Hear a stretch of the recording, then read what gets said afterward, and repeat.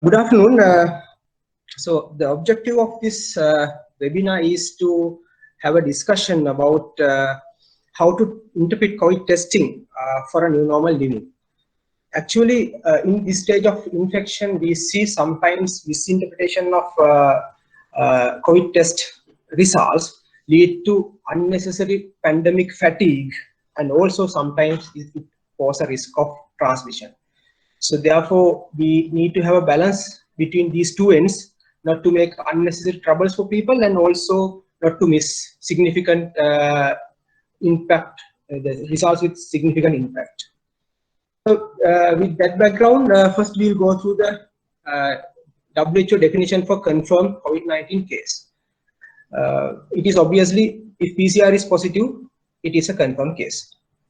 If it is an antigen positive case with clinical or epidemiological criteria, then it is also a confirmed case. You don't need to confirm secondary with PCR. And also, an asymptomatic person with positive antigen results who is having epidemic, again a confirmed case, no need of secondary confirmation with PCR. In addition to confirmed case definition, WHO has provided the probable case definition as well. The first one is pending test results, like there is a suggestive case with clinical and epidemiological background, then till testing, it is a probable case. The second one is very important. If there is a clinically suspected patient with suggestive chest imaging, then it is a probable COVID-19 case despite negative PCR results. So there could be some cases falling into probable cases in the absence of positive PCR results but suggestive chest imaging. So that is all about confirming the infection. But what about the infectivity? So now in this phase of pandemic, we have realized SARS-CoV-2 infection always does not overlap with the infectivity or infectiousness. This SARS-CoV-2 virus is highly infectious in the very early phase of infection, having the peak infectivity in the day one of the illness or on day one of the infection. So this is a different character from other viruses like SARS-CoV-1 or even influenza or other respiratory viruses. They tend to have a peak infectivity towards the latter part of the infection, but in case of SARS-CoV-2, it is highly infectious on the day one.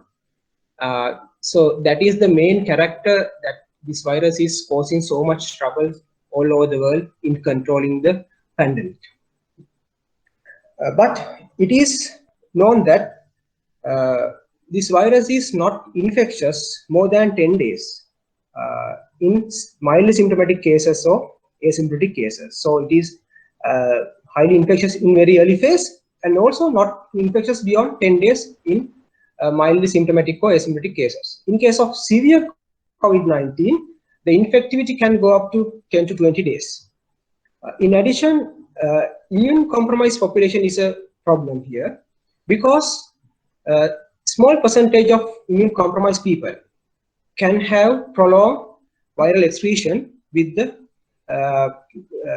replication competent virus. So they can be infectious beyond 3 weeks, but that proportion is a very small proportion, about 5% according to CDC data.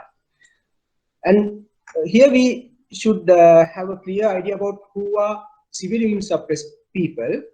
So it is clearly defined, that is people under chemotherapy, on transplant immune suppressive therapy, with AIDS, primary immune deficiency. So those are the people who are having very severe immune suppression, but we don't consider diabetic patients or patients with renal failure under this category with regard to infectivity. Yes, we consider them with regard to complications under risk category, but with regard to infectivity, we just consider severely immune suppressed people who can transmit the virus beyond 21 days, and it is also about 5% according to CDC data. So it is very obvious that asymptomatic people, infected people, play a major role in virus transmission dynamics in the community and in workplace.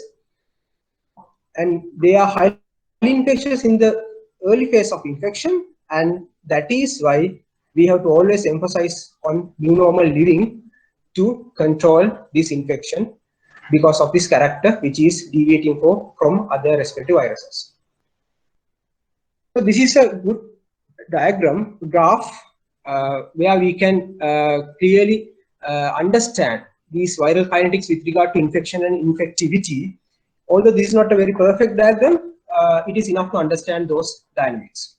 So you can see the infection ranges from in the beginning to the end over number of days. So infection is ranging over weeks, but the infectiousness is only confined to the early phase of the infection, as I told you earlier, and peak infectivity also in the very beginning. So we have two tools to counteract these issues. One is PCR, one is antigen test. So PCR is thought to be a very sensitive assay, so it can detect a range of infection. So it is detecting late infection, which is not infectious. So this range is the late infections, which is not infectious. So it is not a concern about infection control measures during this period. But antigen assay, obviously less sensitive than the PCR assay, it detects only a very narrow window of the infection, and it more or less exactly overlaps the infectious period of the viral kinetics. So here we can see the PCR is very sensitive, so it is detecting infection with good accuracy, but over detecting the infectious period. And antigen test is less sensitive, it misses some part of the infection, but its predictive for the infectivity is very high, as it is overlapping in the highly infectious period. And also it is not evident from this graph. In addition, we have to acknowledge that antigen tests have some negative sides also, because it can miss some infectious cases as well while detecting with good accuracy the infectivity. So here you can see the PCR can be positive up to average 17 days, and even it can be positive up to 3 months. So now we are using these two tools, PCR and antigen, in detecting cases. So in several studies, it is evident that the intermittent or persistent virus detection by PCR is not correlating with infectivity. So this is some data from molecular biology laboratory MRI from our lab, where we have tested some asymptomatic cases on their admission to a hospital for the purpose of infection control purposes. We have screened them. So these are first detected cases with PCR. They are asymptomatic. So you can see here their results are in a range of CT values. So these are the positive numbers from each range of CT value. And we have tested them then and there for antibody. We could not test all the people, but we selected some people from each range of CT ranges, and we did antibody testing on them in parallel to first detection. So you can see some of them were having COVID antibody already when we are first detecting them with the PCR. And also you can see the detection level of antibody goes up with the higher CT values. So in CT values below 25, we haven't detected cases. Actually, we have tested only a small number, that's true. In higher CT values, we have detected a significant number of antibody positives. In CT 26 to 30, 50% of cases were antibody positive.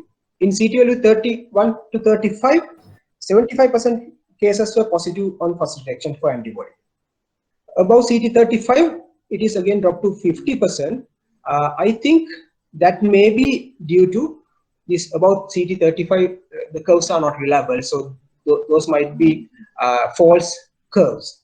So therefore, when we are adding some false curves to denominator, this percentage might go down. So that might be the reason. So anyhow, it is very obvious that Unlike in the first wave or second wave, in latter waves or latter phase of the pandemic, now we are getting the full range of infection in the community, and some of them are fresh infections, some of them are late infections when we are detecting them for the first time. And so we can assume about 50 to 70% of late CTs might be resolving or resolved infections by the time we detect. Actually, these antibodies are not reflective of protective immunity, because these are not neutralizing antibodies we are detected. But we know by our theory, the mild cases only infects for 10 days. So it takes more than 10 days to develop antibodies in majority of cases. So therefore, if they have already developed SARS-CoV-2 antibodies, that means they have passed more than 1 week or 10 days. So in that sense, we can assume these are resolving or resolved infections which are not posing a threat of transmission. So having that background in our mind, if we go through the tools that we use for this managing this outbreak, mainly we use PCR and antigen assay. COVID antibody assay is not a routine test that should be used. It is not necessary to be used routine as a routine assay, but we have to use PCR and antigen very frequently to diagnose both infection and infectivity. So we have to be very clear about the purpose of our testing, whether we are trying to detect the infection or whether we are trying to detect infectivity with regard to infection control measures. So if you go through the performance parameters of PCR and antigen test, the most important parameter is predictive value. The positive predictive value for positive and negative predictive value for infection, positive and negative predictive value for infectivity. So in this phase of pandemic, these two parameters do not overlap with each other. So that's the main concept that we have to take into consideration in interpreting our results. So what is the meaning of predictive value? So that is how confidently our test confirm the infection, or how confidently our test exclude the infection is the predictive value, or how confidently our test confirm the infectivity, how confidently our test confirm the non-infectivity, that is the predictive value for infectivity. So in this stage, as we get range of infections, these values do not overlap with each other with regard to any test. And also in result interpretation, we have to consider the purpose of testing to deal with these technical issues. So sometimes we do testing for clinical care to diagnose the case. Sometimes we do testing not for any clinical relevance, but just for infection control measures. Or sometimes we might do it for both purposes. So anyhow, according to the purpose, the interpretation of these test results can vary.